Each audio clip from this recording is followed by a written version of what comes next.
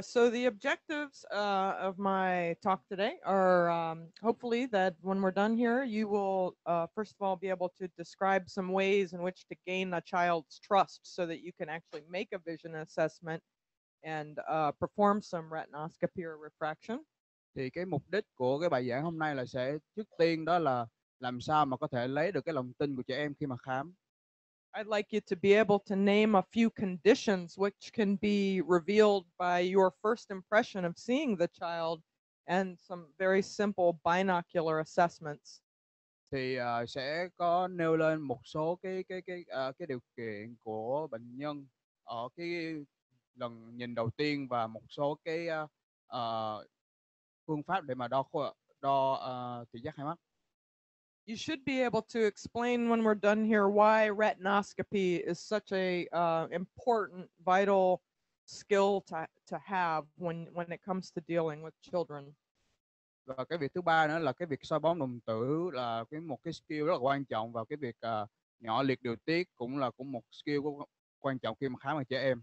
And then you should also be able to mention a couple of ways to manage pediatric refractive error. Và sau đó thì cũng có một số phương pháp khác để mà chữa trị cho tật khúc xạ ở trẻ em. So now the thing is I'm not going to stand up here and teach you how to do retinoscopy or how to do refraction on a child or anybody else. What I'm going to do here is just to give you some insight and some quick non-confrontational type tests and that sort of thing. I'm going to assume that many, if not most of you, at least know how to do some retinoscopy. Bà Kim ở đây thì bà không ở đây để mà dạy về cơ bản về cách soi bóng đồng tử ở đây, mà chỉ có nói về các phương pháp liên quan đến việc điều trị mà thôi. And if you don't know how to do retinoscopy, I'm hoping that you're going to leave with an understanding of why this is a skill that you should really learn and practice.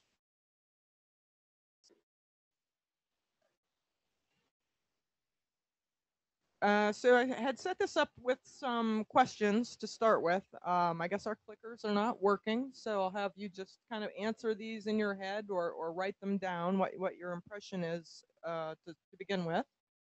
Thì trước tiên là chúng ta bắt đầu với một câu hỏi trước, và các anh chị có thể viết câu hỏi và cái câu trả lời ra giấy. So would this statement be true or false? When examining a child, one should proceed slowly since children cannot keep up very easily. Ờ, thì cái việc mà khi mà chúng ta khám khúc xạ cho trẻ em thì cái người khám nên ờ, khám từ từ ở trẻ mà không có khả năng mà theo kịp đối với cái người khám. Second question. A test called Bruckner's test. True or false? Bruckner's test can provide information about refractive error and the presence of strabismus. Thì cái câu hỏi thứ hai đó là cái test Bruckner có thể mang đến cái thông tin về cái độ khúc xạ của trẻ và cái tình trạng hiện tại của lé của trẻ, đúng hay sai? True or false? Cycloplegic eye drops should be instilled prior to retinoscopy of young children. Về cái việc nhỏ liệt điều tiết nên được nhỏ trước khi thực hiện cái việc soi bóng đồng tử, đúng hay sai ở trẻ em? And this one is multiple choice. When doing a monocular assessment of a child's vision, one should, number one, allow the child to hold the occluder, his or herself. Number two, allow the child to cover his own eye with his own hand. Number three, use an adhesive eye patch. Or number four, allow the child to keep both eyes uncovered.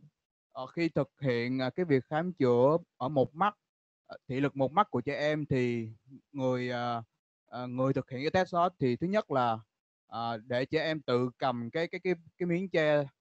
Cái thứ hai là để trẻ em tự che mắt bằng tay. Cái thứ ba là dùng một cái miếng che có, có khả năng dính lên mắt của trẻ. Hoặc là cái thứ tư là có thể trẻ nhìn vào bằng hai mắt luôn. So only one of those answers is correct. Chỉ có một trong bốn câu là đúng thôi.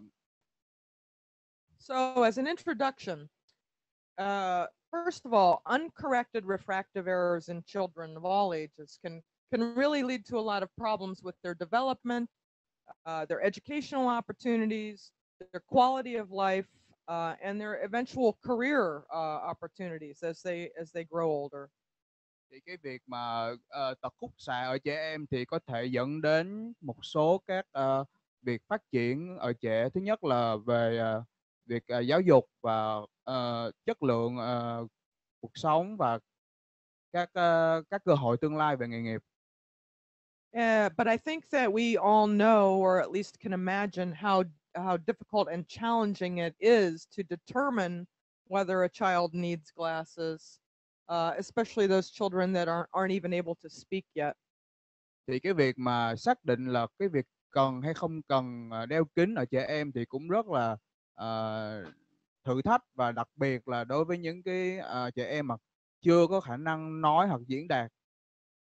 Ờ, dạ. So it turns out that creative and accurate and fast retinoscopy skills are invaluable in discovering refractive error in children that needs correction.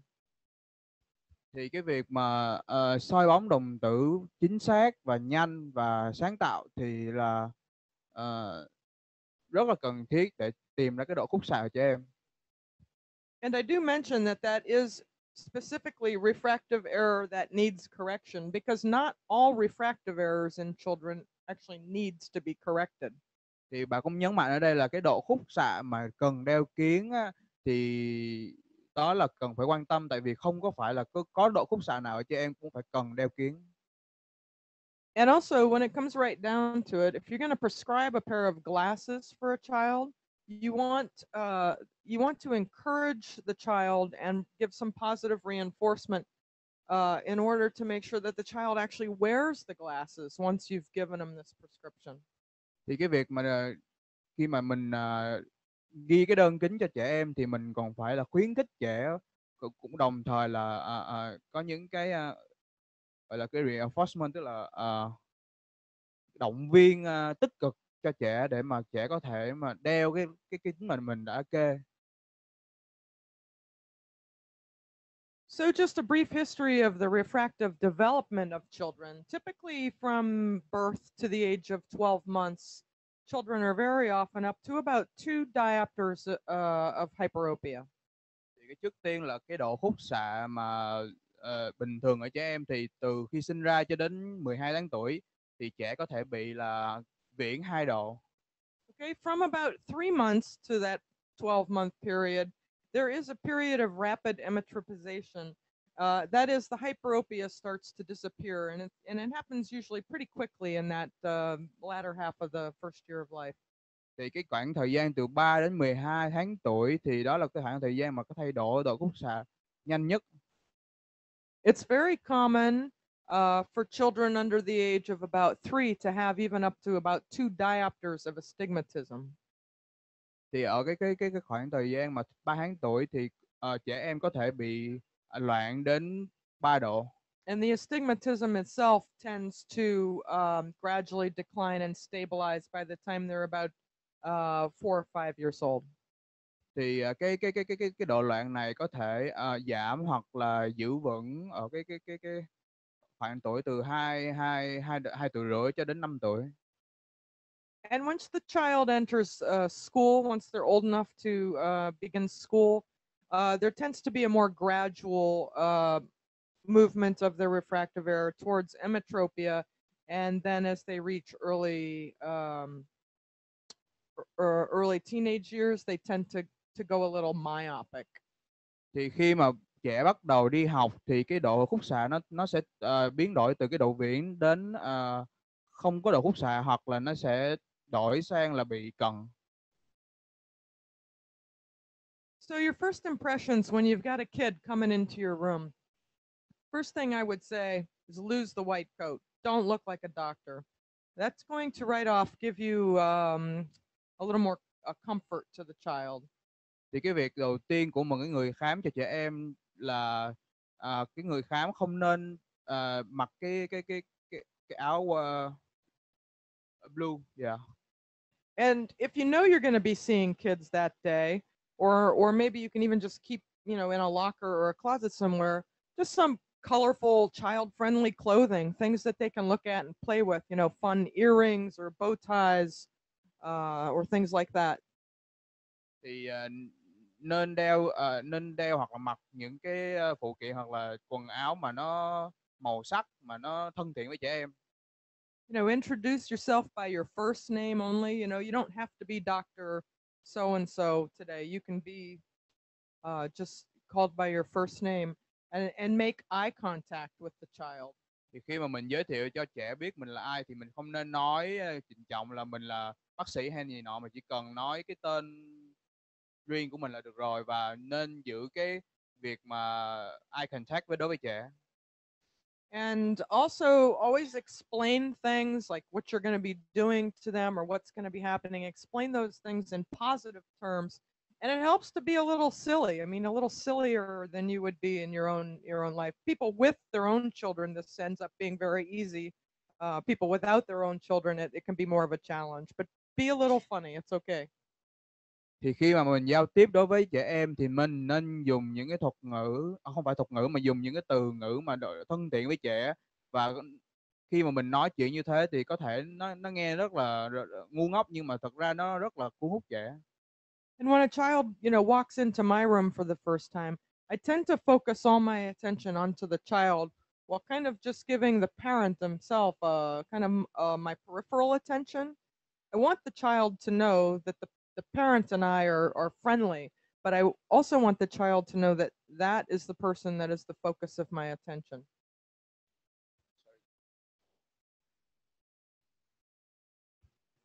Yes, so when I have a child that comes into my room with a parent, I tend to focus my attention on the child rather than the parent. Thì khi mà đứa trẻ đến với lại bố mẹ của bé thì cái người bà Kim đây khi mà khám thì sẽ tập trung đến cái đứa trẻ nhiều hơn là so với cái bố mẹ của bé.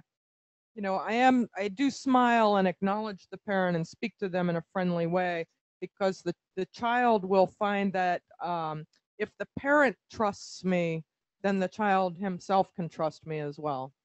Thì cùng lúc đó thì cũng có việc giao tiếp với lại bố mẹ trẻ thì lúc nào cũng phải luôn luôn tươi cười, và cũng tạo cái cảm giác là cái đứa trẻ này sẽ nghĩ là cái người khám rất là thân thiện và gần gũi đối với bố mẹ trẻ, từ đó cái việc khám chữa nó dễ dàng hơn. Okay, so there are some things that we can discover the moment the child walks in the room. There are some first impressions that can really help us a lot with our assessment. Thì khi mà đứa trẻ bước vào cái phòng bệnh đầu tiên thì có những cái mà mình có thể nhìn trước khi mà chẩn đoán. Looking at the child as they walk into the room, there are things that you can see immediately.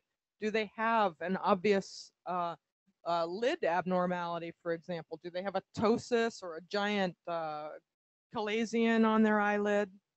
Thì cái việc thứ nhất là nhìn vào cái khuôn mặt trẻ thì có phải để ý đến cái việc mà việc mi mắt có bị sụp hay không, hoặc là có bị sưng, hoặc là có bị lẹo hay vấn đề gì đó về mí mắt hay không. And why does that matter when we're talking about refractive error? Because those types of lid abnormalities can actually lead to astigmatism. Tại sao bà nói về cái vấn đề mà về mi mắt? Tại vì cái việc mà mi mắt nó bị sụp hoặc là có vấn đề gì đó thì có thể dẫn đến việc gây ra loạn thị. Noticing whether the child has an obvious strabismus is also of a great help, because if the child walks in and there's one eye stuck in at their nose, one eye that is esotropic and remains that way for the duration of your encounter, you can assume that that esotropic eye is not seeing very well. However, if they come in and they're obviously alternating their fixation, then you can make the assumption that they actually do have pretty decent vision in both eyes.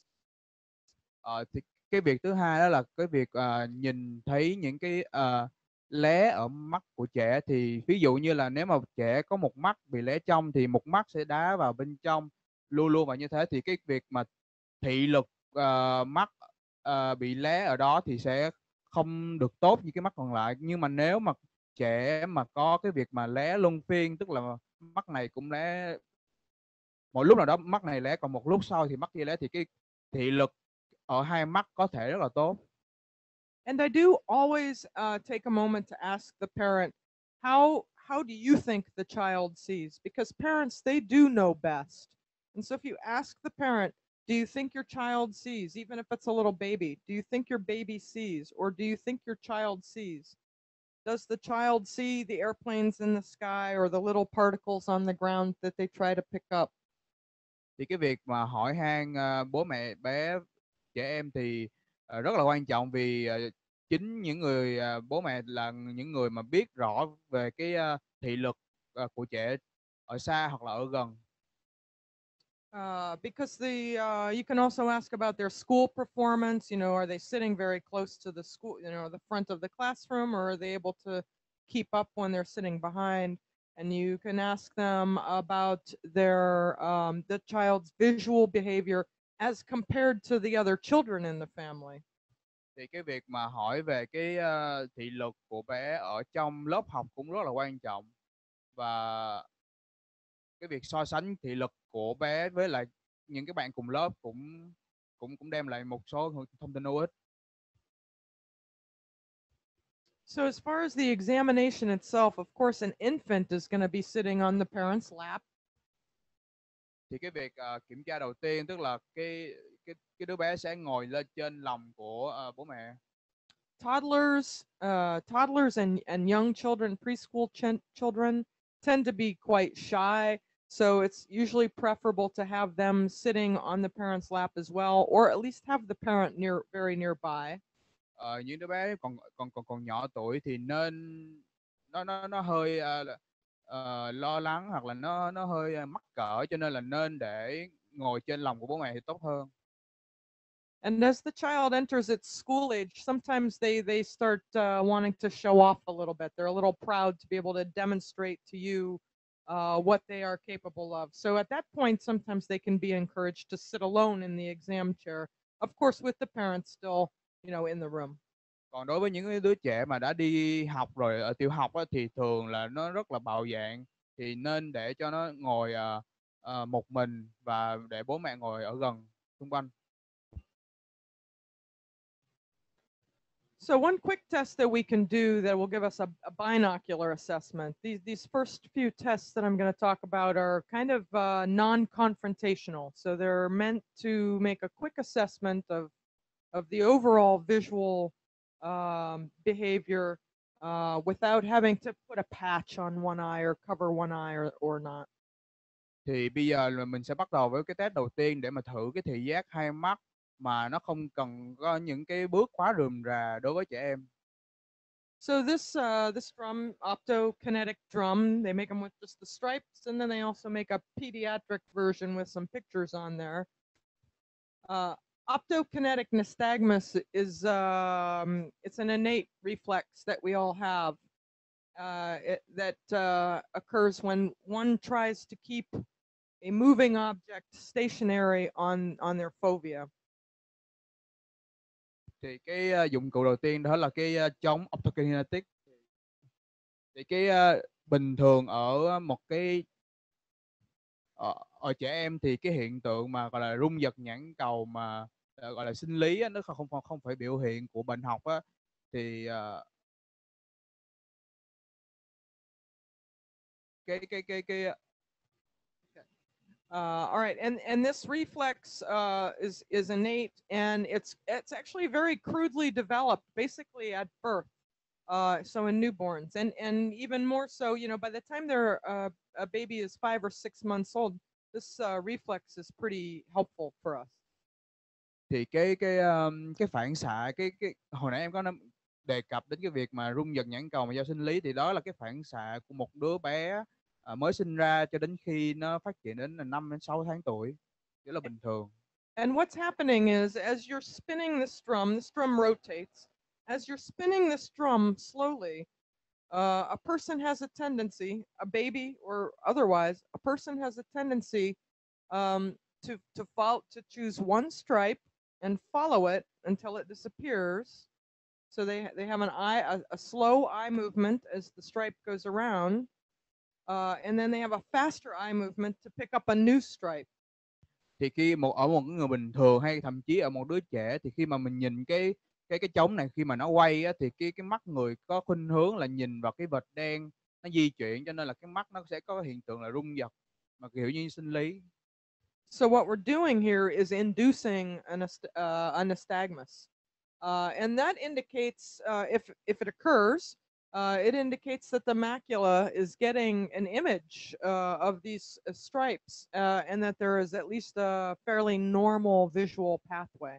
Thì cái việc rung giật nhãn cầu sinh lý này á, xảy ra khi mà test với cái trống optokinetic á, thì nó cho thấy rằng cái vùng hoàng điểm nó đang bắt được những cái hình ảnh từ những cái lằn đen của cái trống, và cho thấy là cái thị lực của cái người đang được test thì nó bình thường. So another binocular assessment that we can do is called Bruckner's test, and this uses a direct ophthalmoscope. Thì cái test thứ hai đó là cái test Bruckner, sử dụng cái kính mà để mà soi võng mạc, soi đến mắt trực tiếp. And this is often one of the very first things I'll do when a kid comes into my room. Flip the lights off, flip the direct ophthalmoscope on, and just kind of shine from about a half a meter to a meter distance. Shine the circle of light so that it strikes both eyes at the same time. Thì cái việc cái test Bruckner này rất là quan trọng, và cái việc đầu tiên bà Kim bà sẽ làm thì chỉ cần là tắt để phòng tối và soi cái bật đèn lên soi ở khoảng cách là từ nửa mét đến 1 mét ở hai mắt của trẻ như trên hình. And what you're going to see is the red reflex coming back at you. When you see these crescents, these light colored crescents here in the upper portion of the pupil, that's a pretty hyperopic reflex that you're seeing. Thì khi mà mình nhìn cái bóng đồng tử mà nó nằm nửa trên như trên hình á, thì cho thấy là cái người bệnh đó là bị biển.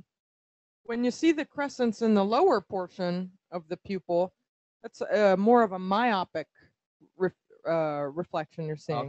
Khi cái vành khuyết của cái bóng đồng tử nằm ở bên dưới á, thì cho thấy là cái người đang được test là bị cận. And what you're really expecting or hoping for is, some kind of equal red reflexes. Nếu mà không có cái vành khuyết nào á, nó trong sáng như thế á, thì chứng tỏ là người đang được test là không có tật khúc xạ. Now, do keep in mind, as I said, that so many very young children are hyperopic to begin with. So seeing the hyperopic crescents is very common in young children. Turns out that seeing the myopic crescents is going to actually give you more information, be more telling as to what their refractive error is going to be down the road. Thì cái việc mà nhìn thấy cái vành khuyết của cái bóng đồng tử nằm trên, tức là người bệnh bị viễn, thì nó rất là bình thường rồi ở trẻ em. Còn cái việc mà vành khuyết nó nằm ở dưới thì cũng khá là hiếm.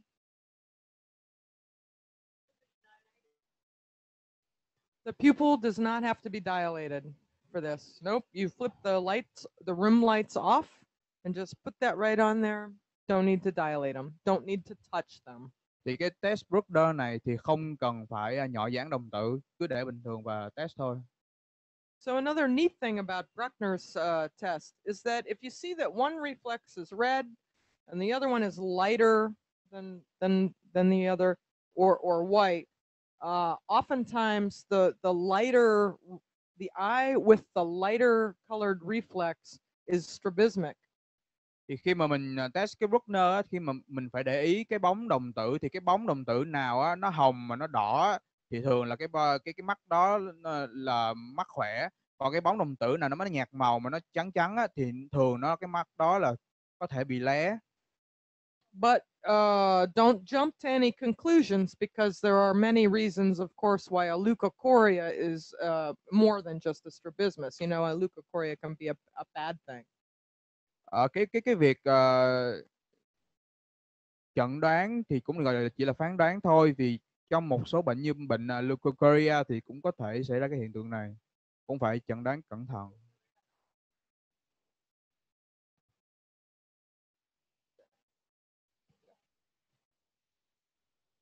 Okay, so another neat test that you can do on kids right away when they get in the room. Again, another thing, you don't have to touch the child, you don't have to get a whole lot of background information, but you can do a binocular stereo test. Việc tiếp theo thì mình cũng còn có một số test nữa để mà test cái thị giác hai mắt cho trẻ mà không cần phải đụng đến hay là khám trên người trẻ. So there are these types of stereo tests which require no special glasses. And then, of course, there's the famous fly test on the end there where you do have to put on the polarized glasses. Thì cái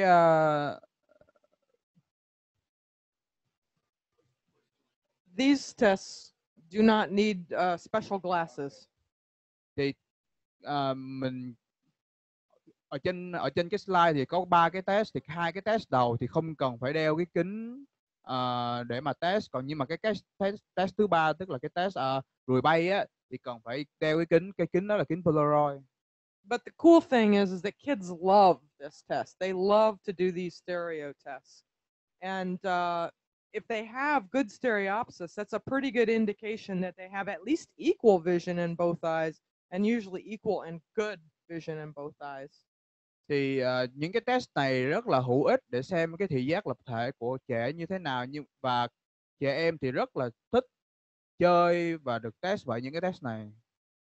And then another thing you can do before you have to put any drops in or do anything else to the child is a quick cover uncover test or a cross cover test. Và cái test thứ ba đó là cái test che mắt, cũng có thể để mà chẩn đoán cái việc là lấy trong hay lấy ngoài hay là lấy ẩn đối với trẻ em. And these cover tests, they're going to give you a good idea as to whether they have a aphoria or atropia or the possibility of an amblyopia. Thì cái test này có thể chẩn đoán cái việc trẻ có thể bị lá hoặc là có thể bị nhược thị.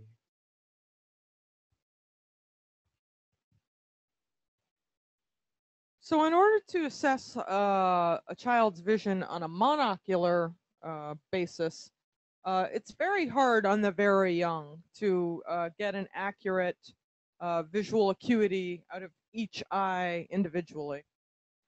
Thì cái việc mà để mà xác định được cái thị lực một mắt đối với trẻ em ở còn rất nhỏ thì một cách chính xác thì rất là khó.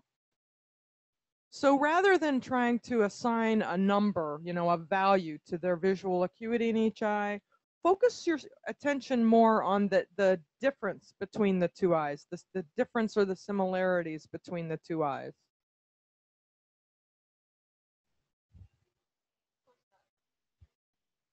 Thì cái việc mà đo cái thị lực mà có định lượng ở trẻ em thì rất rất là khó, và cho nên nên tập trung nhiều hơn về cái việc cái sự đồng nhất ở hai mắt. So the first thing you can do is cover one eye and observe the child. Do they fixate with the uncovered eye? Do they follow moving objects with the uncovered eye? Or do they fuss and really struggle when you put that patch on? Thì cái việc dễ dàng để mà làm như thế, để cái test cái sự đồng nhất thì chỉ cần là che một mắt này và sau đó che một mắt kia.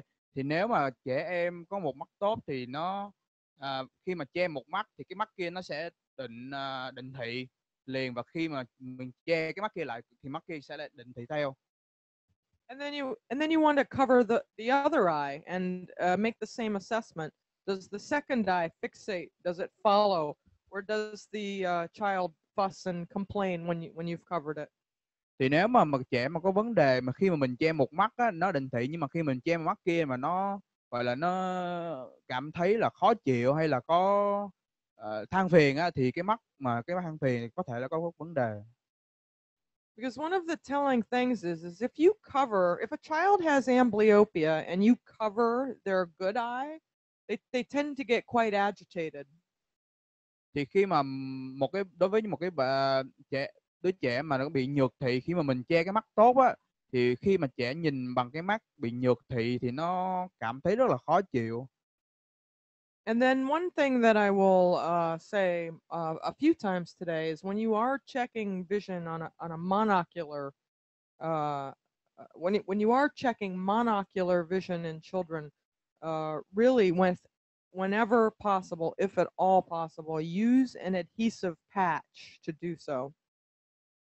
Thì khi mà mình kiểm tra thị lực ở một mắt đối với trẻ em á, thì bạn nên khuyên là nên dùng một cái miếng dán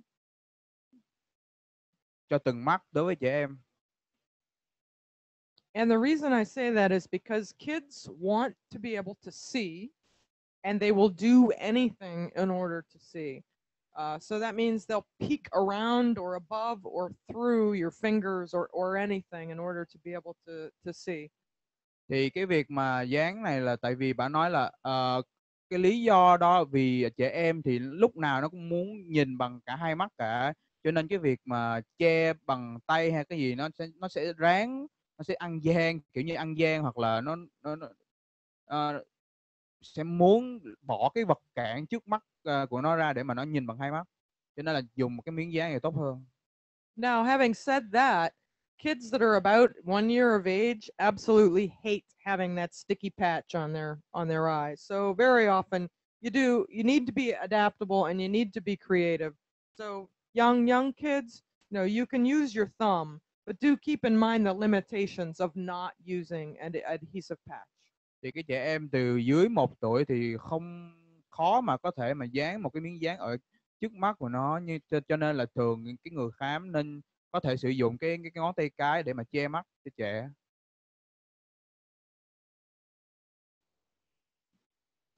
So these methods that I'm going to talk about here, this will allow you to assign a value, to their visual acuity, but keep in mind each one of these methods does have its limitations.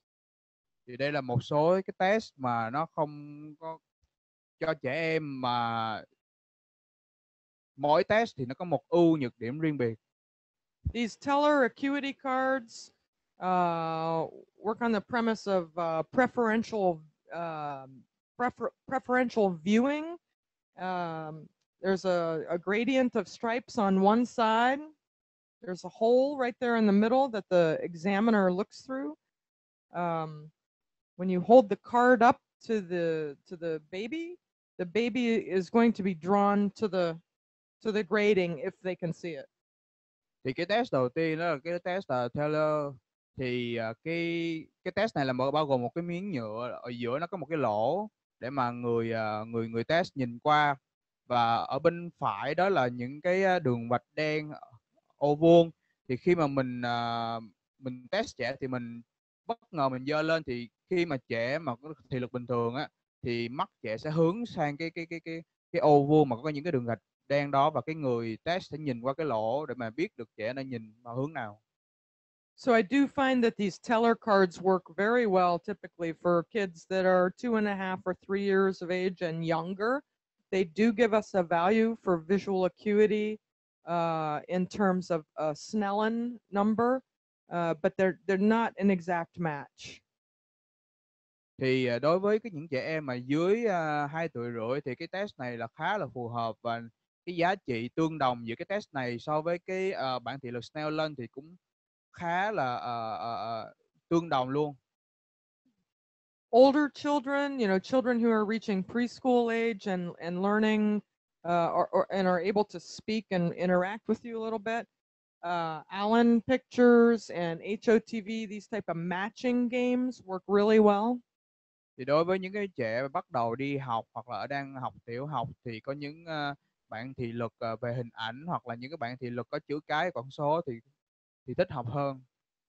But when it comes to proper visual assessments, visual acuity assessments, you really want to get the child doing the Snellen, the adult charts as soon as possible.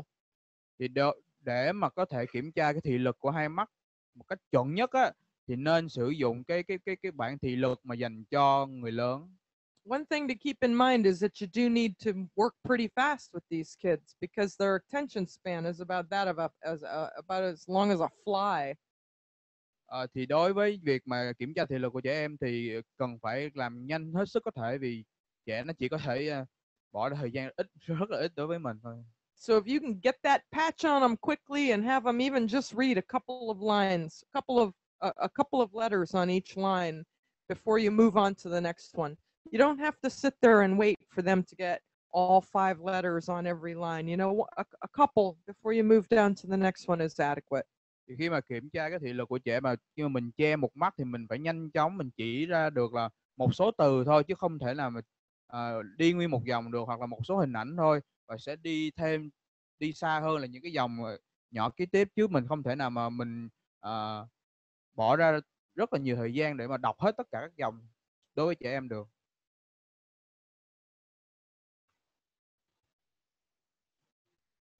So this title of this slide, Determining Refractive Error, Retinoscopy, Learn It. And that's really all I have to say. If you're going to be examining children, this is a skill that you really need to have and to practice.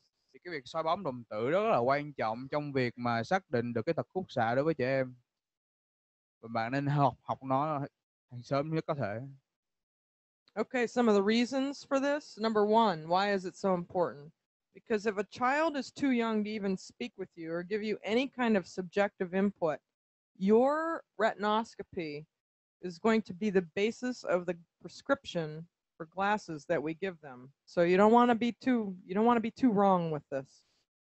Thế tại sao cái việc mà soi bóng đồng tử rất là quan trọng? Thì đối với những cái trẻ em nó quá nhỏ tuổi và nó không có khả năng mà nó trả lời nó theo những cái test của mình, thì cái việc mà kê đơn kính theo soi bóng đồng tử rất là thì cái việc mà kê đơn kính bằng cái việc soi bóng đồng tử là chỉ có thể là duy nhất một phương án đó thôi. The other thing, retinoscopy, it reveals more than just the patient's refractive error. You know, you can see if there are, you can typically easily see if there are cataracts or some other type of media opacity, if something is blocking your reflex. Thì cái việc mà soi bóng đồng tử nó không chỉ có xác định được cái độ khúc xạ của trẻ em, mà nó có thể show được trẻ em có thể nó bị đục thủy tinh thể, hoặc là có những cái vật cản nào ở trước ở cái So the first reason that we should learn this is because sometimes our retinoscopy is the only basis on which we have to give a child a prescription for glasses. So what we get is what they get. Tại vì trong một số trường hợp thì cái việc soi bóng đồng tử là cách duy nhất để mà có thể xác định được cái tật khúc xạ cho trẻ, để mà có thể kê đơn kính cho trẻ đeo. There are several different methods of doing retinoscopy, and I'm not going to go into very much detail on any of these, other than to say that there are a few different methods for it. The method of retinoscopy that I strongly recommend you work with is just static retinoscopy done under cycloplegia. Thì có một số phương pháp để mà xác định được cái tật khúc xạ bằng cái việc soi bóng đồng tử, nhưng mà bà sẽ không đi chi tiết, mà bà chỉ sẽ khuyên dùng một phương pháp duy nhất, đó là cái việc mà soi bóng đồng tử tĩnh, tức là sử dụng cái việc là thuốc liệt điều tiết. So as with all aspects of the pediatric eye exam, speed is of the essence. So practice your retinoscopy skills, get good at them, do it every chance you get on every person that you have a chance to do it. Because this more practice and experience is what's going to make you fast and accurate. Thì cái việc soi bóng đồng tử thì cái việc quan trọng nhất vẫn là cái tốc độ, và qua đó thì cái sự chính xác cũng là cái vấn đề cần ưu tiên. Obviously, you're not going to be able to use a phoropter on a young child, so you'll need to get proficient with the use of trial lenses, loose lenses, skioscopy racks, and trial frames. Thì đối với trẻ em thì không thể nào mà sử dụng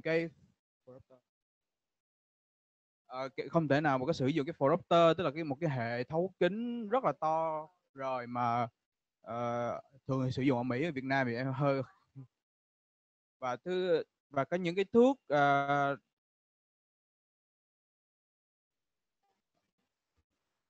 thường dùng những cái kính thử, hoặc là những cái gọng kính thử thì tốt hơn. Yeah. And the best way for you to determine with retinoscopy a kid's refractive error is to cycloplegia them. And I say this because as you're scoping them, if they're not cyclopleged, what you're seeing is going to change by the moment. Thì đối với trẻ em thì cái việc nhỏ lực điều tiết để mà soi bóng đồng tử thì nó rất là tốt, tại vì nếu mà không sử dụng cái thuốc lực điều tiết thì một số trường hợp thì cái bóng đồng tử nó sẽ thay đổi liên tục và không thể kiểm soát được. In our practice, for children under the age of 1 year, we use a drop called cyclomadril, which is a 0.2% cyclophenolate with 1% phenylephrine combination. Put the drop in 2 or 3 times at 5-minute intervals. Thì đối với cái trẻ mà dưới 12 tháng á, thì bà sẽ sử dụng cái thuốc cyclomadril là cái sự kết hợp giữa 0,2% của cyclopentolate với lại 1% phenylephrine, và thường được nhỏ là 2 đến 3 lần và mỗi lần cách nhau 5 phút. Once they're a year old, from age 1 year to about the age of 12 or 13 years, we use 1% cyclophenolate instilled again a couple of times with 5-minute intervals. Thì đối với trẻ từ 1 tuổi đến 12 hoặc 13 tuổi thì bà sẽ vừa sử dụng cái thuốc cyclopentolate 1% và cũng sẽ nhỏ từ 2 lần và mỗi lần cách nhau 5 phút. And what you'll find is the reason I'm recommending cyclophenolate is because tropicamide as a cycloplegic is just not strong enough for kids. They can overcome it.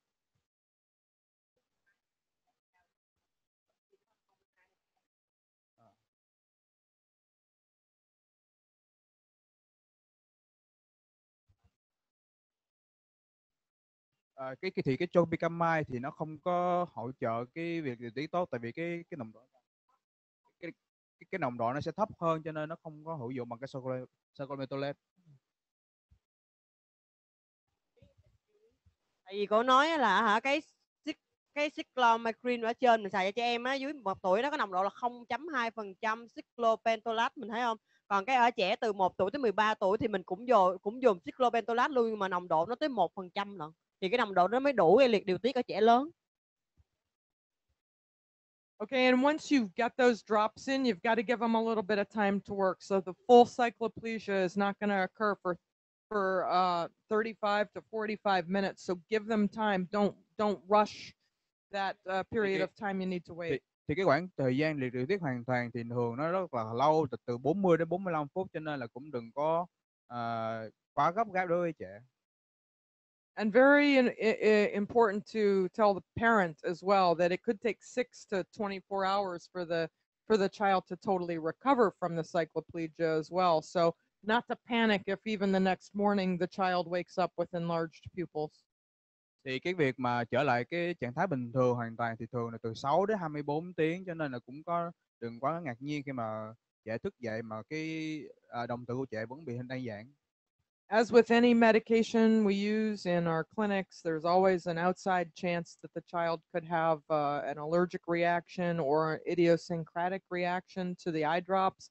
So it's helpful to kind of be aware of what those eye drop reactions might be, that they're very rare, and to be able to address those as they come up. Thì cái việc mà phản ứng phụ hoặc là những dị ứng đối với việc sử dụng những cái thuốc này thì cũng tương đối là hiếm, hoặc là cũng nhẹ thôi, cho nên cũng cần phải nói trước đối với cái phụ huynh về cái vấn đề này. And also, if you're the one that's assessing the child from beginning to end, if you're the one that's going to be doing the retinoscopy, it's kind of helpful if you can have your nurse or your assistant or your technician, somebody other than you, be the bad guy and put the eye drops in. Thì nếu mà mình là cái người mà soi bóng đồng tử thì nên có một người khác là người để mà nhỏ cái thuốc giãn đồng tử cho trẻ. Because the cycloplegic drops, they sting. The little kids, they don't like you have to pry open their eyes to put the drops in.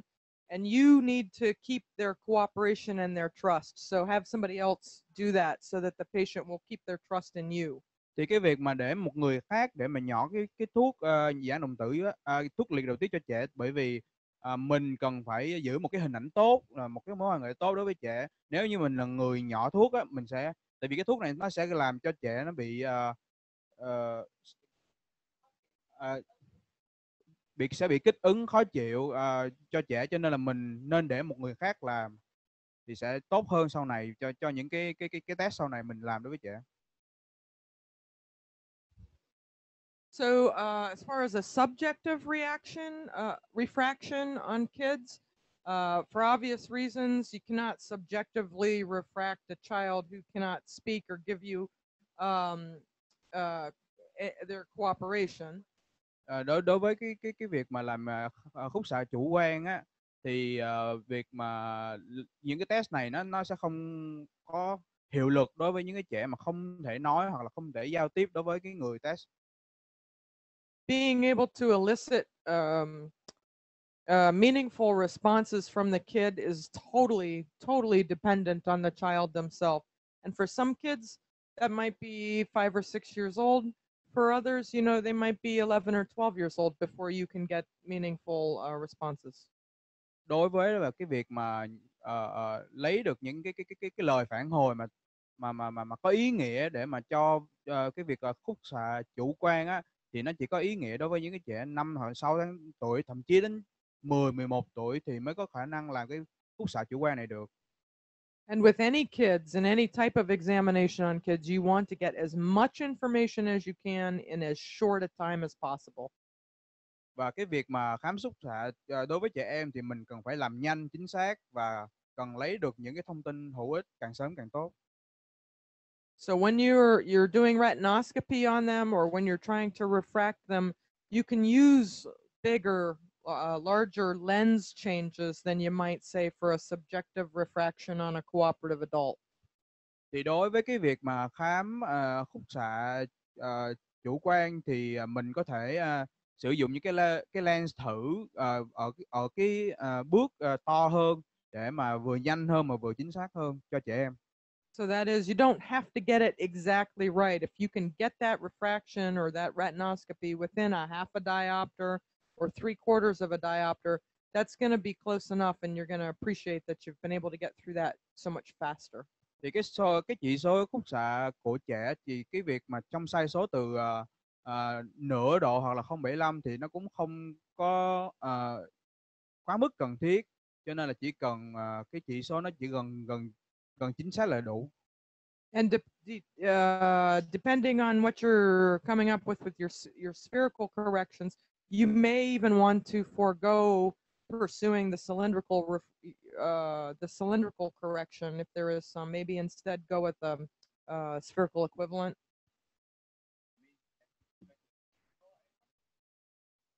Yeah, instead of delving into getting an exact cylindrical correction, you may want to instead just get an idea of what the cylinder correction would be, and instead give them a spherical equivalent. Thì đối với cái chỉ số khúc xạ thì cái chỉ số độ trục thì không cần quá chính xác, mà chỉ cần gọi là có cái khái niệm thôi, nhưng mà cũng phải có cái chỉ số độ cầu, thay vì phải đưa ra cái chỉ số cầu thay vì phải đưa ra cái độ cầu tương đương thì mình nên có cái độ cầu và cái độ trục có khái niệm về nó.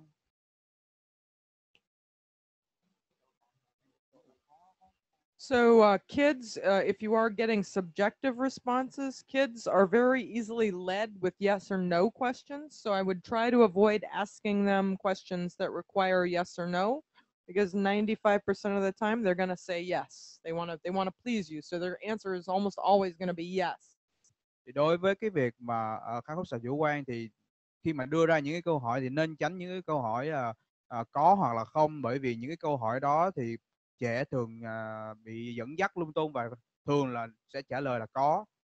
And when you're giving them choices, don't give them 10 choices. Don't give them 5 choices. Don't give them 3 choices.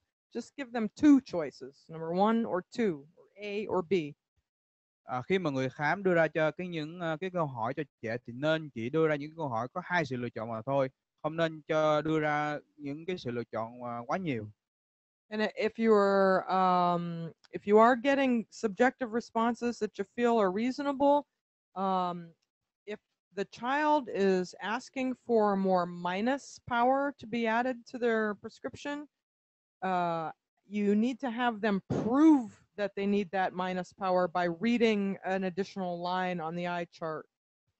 Khi mà khám cái khúc xạ của chủ quan thì cái việc mà thêm cái độ cầu mà độ cầu trừ á, thì nên là bắt trẻ phải chứng minh được là cái độ cầu trừ đó thật sự cần thiết, tại vì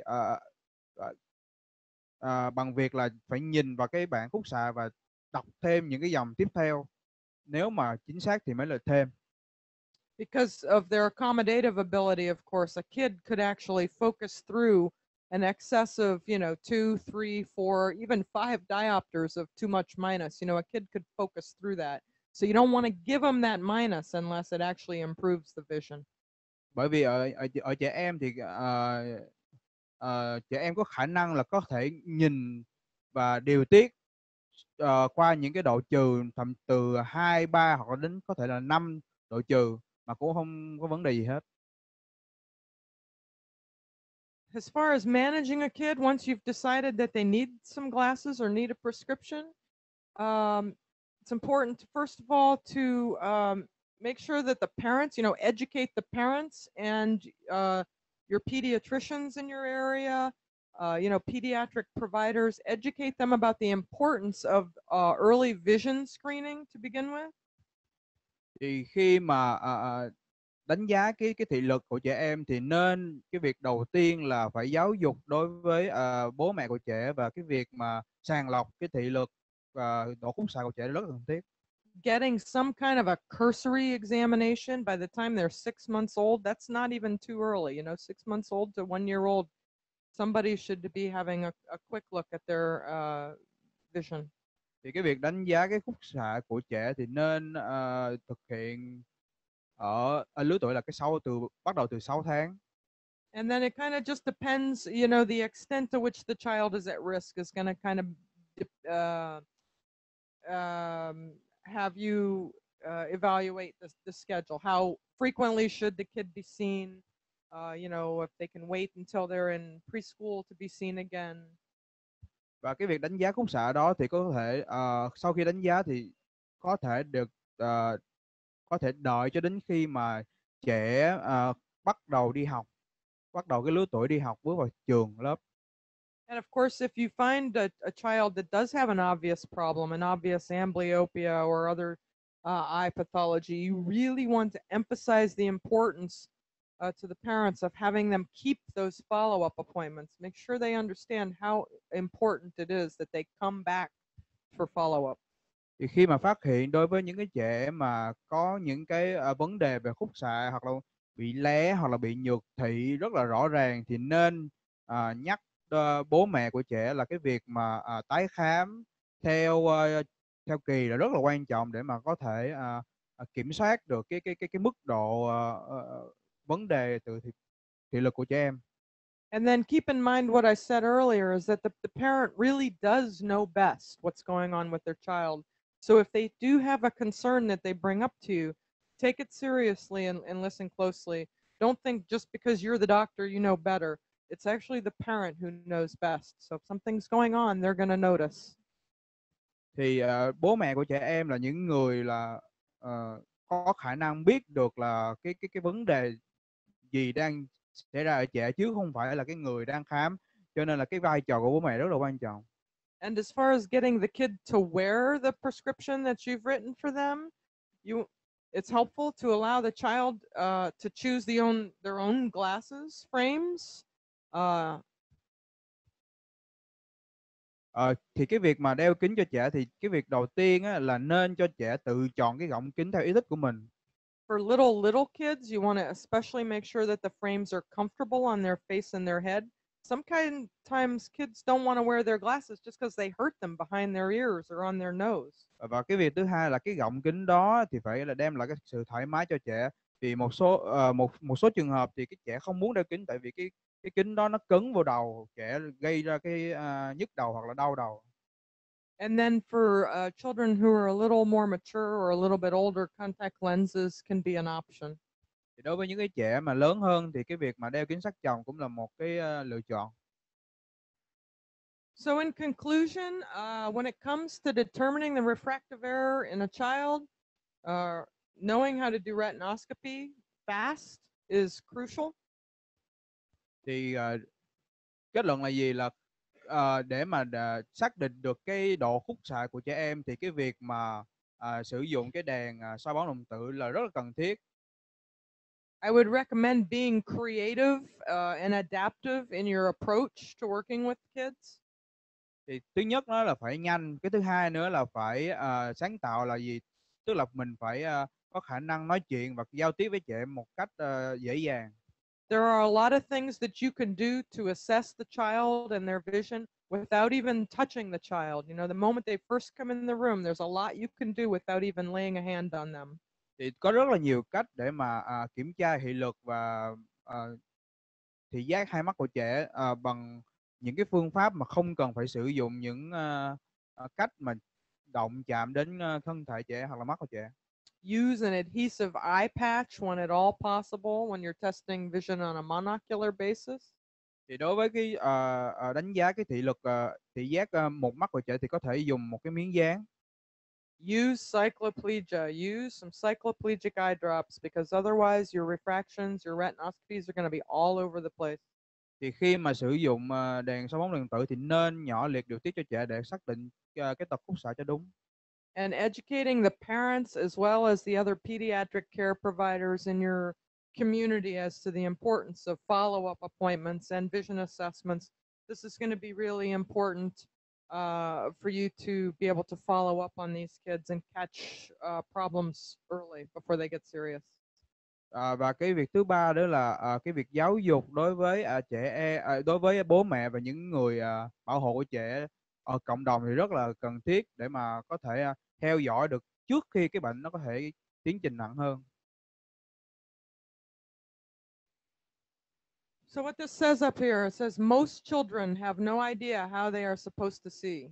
So when words look like this, they assume everyone sees the same way they do. And imagine how frustrating that would be. Thì hầu hết trẻ em thì không có cái khái niệm là họ những đứa trẻ sẽ nhìn như thế nào, và khi mà những cái từ mà ở trên bảng như trên slide như thế này mà nhìn như thế này thì có thể cho rằng là